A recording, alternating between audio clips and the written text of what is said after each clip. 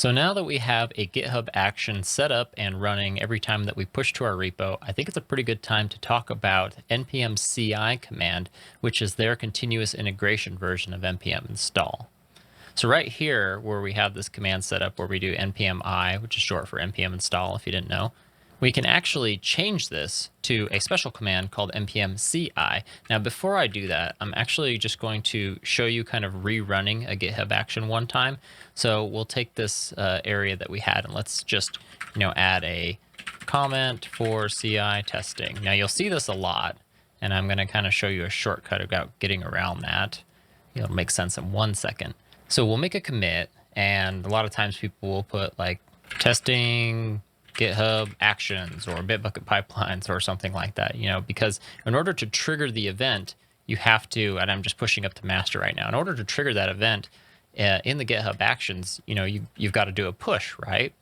And so that's what happens here now that we've started our thing. And I want to show you that after this is done, though, we're going to see that this cancel workflow is going to change to a rerun button. And that will allow you to essentially rerun actually I can just go back and show you on a different action, right? So here, if we go to this one, you can see there's this rerun jobs and rerun all jobs. So rather than making commits and kind of polluting your history just to do a bunch of tests, like sometimes it is really hard to avoid. But if you ever find yourself in that situation that a lot of people getting into DevOps or continuous integration do, where you have to keep making commits to run jobs, you probably want to look into how you can rerun those jobs. And in this case, you can rerun the exact job that's already run in the GitHub UI, which is really nice.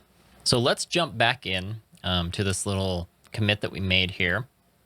And what we're particularly looking for is how long installing packages took. So when you do install packages here, you can comb down, and this is going to be a little bit hard for you to read, so I'll bump it up a bit. Hopefully that's okay. So here we're looking for this install packages, which is nice. We made it this separate one so we can see how long it takes. And you'll notice that it took 4.321 seconds. Now, I'm not sure why these aren't always synced up. You'll probably see it in a moment, but it's not just a rounding thing. Sometimes this will be a few seconds behind or whatnot. And I think it's just, kind of the random amount of time, especially when you're dealing with seconds that it takes to end this task and go to the next one. That's my guess. But really, if you're looking for how long it takes, you probably want to look right here at this npm install. And you'll notice that when we do npm install, it does say there's this warn, read shrink wrap. This version of npm is compatible with lock version type thing. Package lock JSON was generated. That's the important part here. So it's actually, it has a whole new setup, and it's regenerating the package lock JSON. So this is kind of your first clue that it might not be the best way to do this in this environment. But keep in mind right here, this is the thing we're here for, is 4.321 seconds, right? Now, if we go back to a previous action, we should be able to check that same thing. And since it's just simply an npm install, we can see that anywhere. So here, install packages, 3.9 seconds this time. It's going to vary a little bit each time. Here, let's just check one more, just so we can see consistency. And this time it took 3.9 seconds. So it's pretty close to 4-ish, 4 and over every time, all right? So now let's go back to our code, though, and make this change. I can actually just delete this comment for now.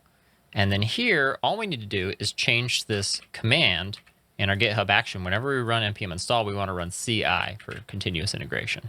Now, just a quick note, if you're using Yarn, I'm not aware of them having a CI command. I've looked it up in the past and they didn't have one. Typically, you're going to start trying to get into caching your node modules at that point, but it's usually not recommended to use caching when you're doing npm CI. I think it just doesn't work. So I'm not going to cover that right now, just so that you know, if you're getting into the Yarn world, you want to look into caching. Okay, so here we'll just commit this up, nothing crazy. So we'll say update GitHub Actions to use CI. And we're just doing this on the previous repo that we've already worked on. Okay, so now that that's pushing up, I'll kick on over to here. We'll go back up to our actions. And then when we come down here, we'll see how long it takes.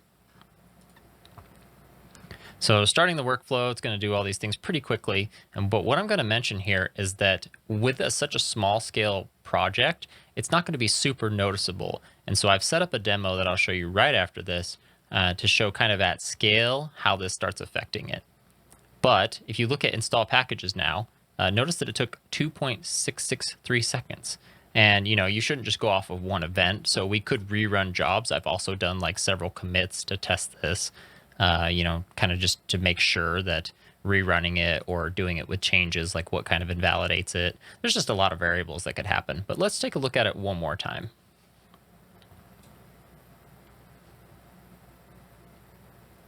Okay, so, whoa, we're jumping all over the place. So now, this time still it took 2.8 seconds. So, I mean, that's a pretty good improvement, right? Down from 4 pretty reliably to 2.8, okay? So before I show you my demo, let's come over here and see what npm CI actually does. This is very bright for me. No dark mode on this. So the npm CI in the docs, I'll link this in the description of this video. When we come into here and we look at this, the main things that we're going to look for, I'll let you read through this if you want to get more detail, but npm CI will be significantly faster when there is a package lock JSON, which we should have. You don't have to worry about this. This is an older type of thing. And the node modules folder is missing or empty. And so that's a big difference because, we're bringing down a whole new repo. We're setting up a new environment. You can imagine Github Actions has this, image, like a Docker image, where it is, copying over all of our files, and then it's running it fresh, so they don't have node modules. And then in short, the main difference between using npm I, npm install, and npm CI are, must have a package JSON in the project. And then if dependencies in the package lock do not match those in package JSON, CI is just going to exit with an error instead of updating the package lock. And I realize I should have bumped this up for you again. I'm sorry. So also npm CI can only install entire projects at a time. So individual dependencies cannot be added with this command. So you can't do like, npm I and then whatever your package. You can't do that with CI is just all they're saying. If node modules is already present, it's just going to automatically be removed before it begins to install. And it's never going to write to the package JSON. Unlike, normally when you add a new package, it's going to add it. So you can see it's just for continuous integration. It's not meant to be used locally. So now that you've kind of got the gist of what's a little bit different, hopefully, let's kick on over to my example here because, while it was significant for that small amount, you might be thinking, oh, well, half a second to a second, no big deal, right? And that's true. I assure you when you run actions over and over and over, you're going to care about all the time that you can get, especially when you're making updates to pull requests and stuff. But I've set up this project where what I'm doing essentially, and let me show you the code for the workflow YAML first for you. So this is a little bit different. You don't want to get too much caught up on this. It's just sort of a default starter. I've created a Next.js project so that it has a good amount of packages to start with. And then the main thing that we're doing here, because I wanted to showcase that we can run this on multiple node versions all at once. And I wanted to show that so that we run each of these npm installs, 4 times and on different node versions to show that, the consistency here. You'll see that in just a second. But the important part here is, we do a bunch of steps and then we run this npm CI and then I just added a lint and then we check for a build, nothing important there. But so the CI is already there at this point. But when we go back to the origin here, I have this add default node workflow. This is the first one. And you can see I have multiple builds here. I'm just going to show you that super fast. So if we go into each of these, this is when we're doing just run npm I, not CI. And you'll see to start, this is pretty much just kind of like a starter Next.js project. We have here, that was a little harder to find for some reason. It took 6 seconds to install all of the node modules, right? And it says 8 seconds up here. That's kind of what I was talking about. So it probably took a little bit longer to close down this whole task. We can go to node 12, which is pretty neat. And we can see that when we do npm install, this one took pretty close to 6 seconds as well. We'll go through each of these one time this time, and then I'll kind of skip over some. 6.4 seconds, and then come over here to build, npm install. And then this time it took 7 seconds. And what's interesting, I've actually noticed that Node 15x takes longer consistently on all of my installs. I'm just kind of curious. But anyways, let's jump back here. So if we go back to actions, so that was like the first commit where we're using npm install. And then here I switched to npm CI. So if you recall, we were doing like 6-ish seconds before. So let's see how long it takes here. Now it says 6 seconds here, but it actually took 4.231 seconds, so it was indeed faster. And that's pretty much about what we've already seen in our project. It's a little bit more lean. This time it took 5.5 seconds, so not that big of an improvement. And then let's take a look at this one, 4.325 seconds. And also what's kind of important is if you go back to actions and you compare these two here, you can't see because my head is in the way. Turn myself off for a second.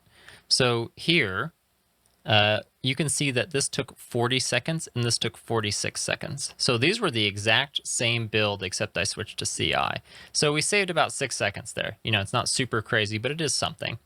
And I'm back.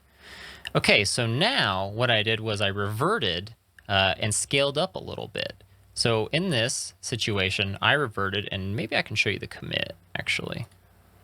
So here's the diff, and I added an ESLint. I changed back to npmi here in this commit, but then I added a bunch of packages. You can see I added like Axios, Chalk, Core.js. I just added a bunch of packages that I typically use a lot in projects just to kind of make it somewhat realistic of like a sort of medium, mid-sized project.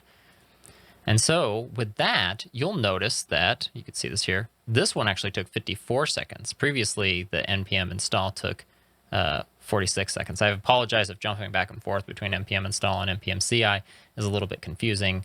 I'm trying to make it as clear as I can, but just kind of doing some benchmarks here and seeing. And so I just want to show a couple here. We'll see npm install. It always jumps around. It's interesting. This one took 9 seconds. So after we've scaled up and we've started bulking up our project, we have more node modules. It now takes 9 seconds with npm install here. And I'll just look at like one more real quick just to see if it's the same. This one took 12.4 seconds. So it's really starting to creep up. So let's go back one more time. And then when we go to here, actually we'll have, well, two more times, one more time after this. Here, I repeated a test by just making a commit just to see that they're the same. I'm not going to go through that. The results are basically the same. You can see it's 50 seconds and 54 seconds, so it's within a few seconds. Now we switch back to npm CI in this commit. So if I go to here, and I look at this, like all I've changed in this commit is just npm CI. Okay, this is the diff between the previous one and this one.